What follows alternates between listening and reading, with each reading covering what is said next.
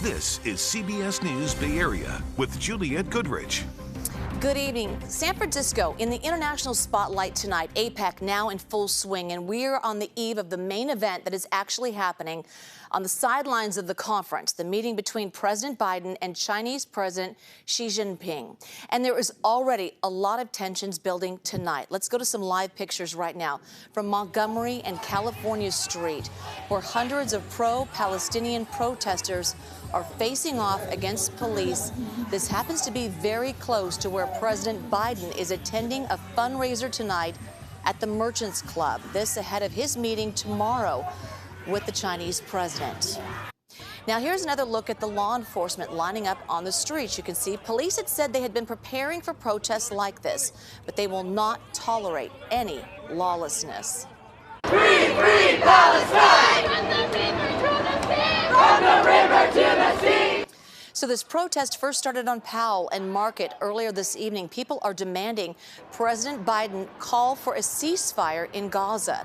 And earlier tonight, we saw President Biden's motorcade make its way through the city, and you can see just how tight security is with the caravan of Secret Service. Also, in another part of town, anti-communist protesters lined the streets downtown as President Xi's motorcade made its way to the St. Regis Hotel, where he is staying tonight. The Chinese president touching down at SFO around 3:30 this afternoon. He was welcomed by the governor, Governor Newsom, along with Treasury Secretary Janet Yellen. And President Biden arriving about 90 minutes before that. He was also greeted by Governor Newsom and the first partner, along with Mayor London Breed. We will certainly continue to follow any developments with this protest that we just showed you. But let's turn to Ann Makovic, who's in the studio now with more on this high-stakes meeting between the U.S. and China. Yeah, of course, we're talking about the leaders between the two largest economies in the world. And we're starting to get a few more details on what we can expect for their meeting, including the location. It's here at the Filoli Estates in San Mateo County. It's a fancy event venue with a house and some elaborate gardens. On their website, it says they are closed today and tomorrow to, quote, deck the halls for the holidays. I think it's a little bit more than that. Now, the hope is that the meeting will produce some concrete results, including a shared effort to combat illicit fentanyl trafficking. There have been early reports of a potential pre-agreement on that. But there are plenty of tensions remaining, from TikTok to allegations of election interference to the shooting down of a Chinese spy balloon that wafted across the U.S. earlier this year. Today, President Biden was asked what would define success in this meeting. Get back on a normal course of corresponding, being able to pick up the phone and talk to one another if there's a crisis, being able to make sure our military still have contact with one another. We're not trying to decouple from China, but what we're trying to do is change the relationship for the better. Now, Presidents Biden and Xi have not spoken in a year. Their last meeting was at the G20 summit in Indonesia last fall. Their relationship has global implications. China and the U.S. produce roughly 40% of the world's goods and services.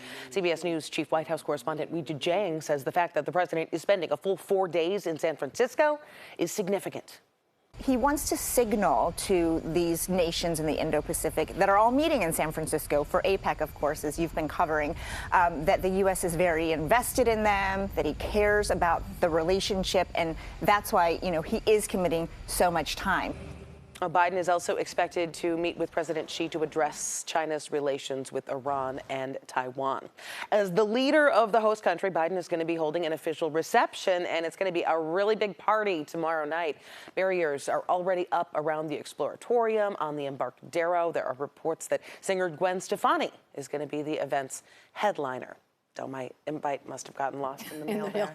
Yeah. But the meeting between the president and President Xi tomorrow is expected to last about 4 hours, so we're going to be busy covering that all day. Well, it sounds optimistic. You don't stay at your relative's house for 4 or 5 days if you don't appreciate them or want to make it work, right? True.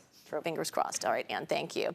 All right, the big question, will it rain for tomorrow's big meeting? And will Ann get her invite to Gwen Stefani? Let's head to Paul Hagan. Hi, Paul. I can answer one of those questions. It looks increasingly likely that tomorrow afternoon is going to bring rain on a more widespread basis than what we saw today, sitting on basically the dividing line of where today's rain added up, last night's and today's. To the east and south, nothing more than a couple of sprinkles. And it's not like there was a lot as you head closer to San Francisco and Oakland. 1/100th of an inch of rain, barely more than a trace. Not much more than that in Napa or in Petaluma. 3/100ths and 4/100ths of an inch of rain, respectively. The higher amounts is as you go farther to the north and then farther to the west, closer to the coast in Marin County. Santa Rosa picked up almost 4/10ths of an inch of total rainfall with those showers that moved in late last night and then continued into the afternoon from parts of the North Bay. But now even those are winding down. Let's take a look at First Alert Doppler the Loop over the past few hours, and it shows the bulk of the more widespread rain just kind of hanging out off the coast. And that's largely where it's going to stay through the rest of tonight.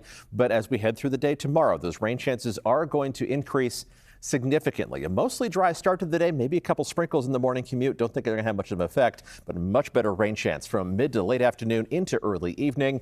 The rain should be light to moderate, so it's going to be mostly beneficial from a fire fuels perspective, but it's going to make a mess of the evening commute. And of course, we have all the APEC festivities happening around San Francisco during the afternoon and evening as well. We'll track it hour by hour with Futurecast coming up in just a few minutes. All right, I know you will, Paul. Thank you.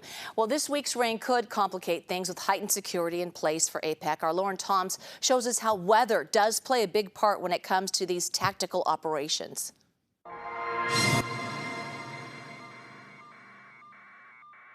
Rain or shine, security is at top of mind in San Francisco for the APEC conference. But in the event of expected rain, security still has to shine, says former FBI agent Jeff Harp. It changes the whole dynamic of how you respond to things. In his 2-decade career with the FBI, he led special event security for the San Francisco Bureau. He says that detailed forecasts down to solar movement have been considered leading up to this high-profile summit. And you look at even things like when does it get daylight, when does it get dark, what are the phase of the moon, is the moon really bright tonight, is the moon not bright tonight, because all those things factor into your movement for responding to something. And while San Francisco isn't known for its rainfall, the city was thrust into preparedness earlier this year amid region-wide storms. As delegations from APEC economies continue to stream into the city, security agencies are gearing up for potential traffic challenges. But Security Wednesday will be further heightened as President Biden meets with Chinese President Xi Jinping at an off-site location. Despite the looming threat of cloudy conditions that may cast shadows on travel plans, Harp says this highly anticipated meeting is certain. They'll get there by air,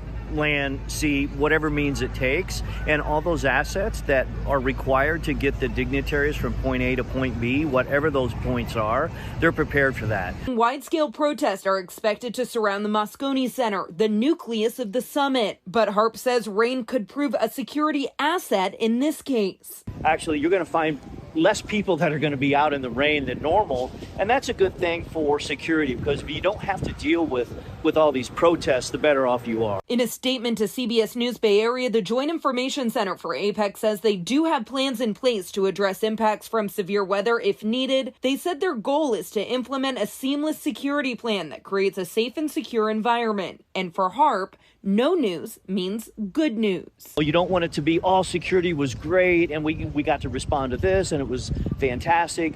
You want an uneventful occurrence to be sort of like the par for the course. The unpredictability of weather, they hope, will be the leading security concern of the day.